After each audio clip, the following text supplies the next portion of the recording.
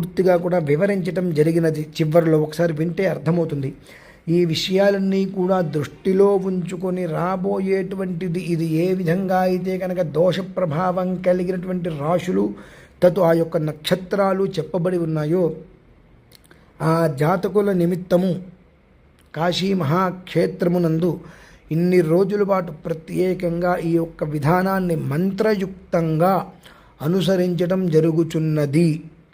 మనకు ఎన్నో రకములైన విధానములైనటువంటి పనులు బయట ఎప్పుడూ ఉంటూనే ఉంటాయి. ఆ ఒక్క పనులని 4 రోజుల పాటు పక్కన పెట్టుకొని ప్రత్యక్షముగా లేక పరోక్షముగా ఈ ఒక్క చెప్పబడినటువంటి విధానంలో పాల్గొని ఆ ఒక్క వారాహి అమ్మవారి యొక్క పరిపూర్ణ అనుగ్రహంతో వరం అనేటువంటి యొక్క పరిపూర్ణ అనుగ్రహాన్ని మీరందరూ కూడా పొందాలని కోరుకుంటూ ఈ యొక్క వీడియో మీ అందరి ముందుకు కూడా తీసుకురావడం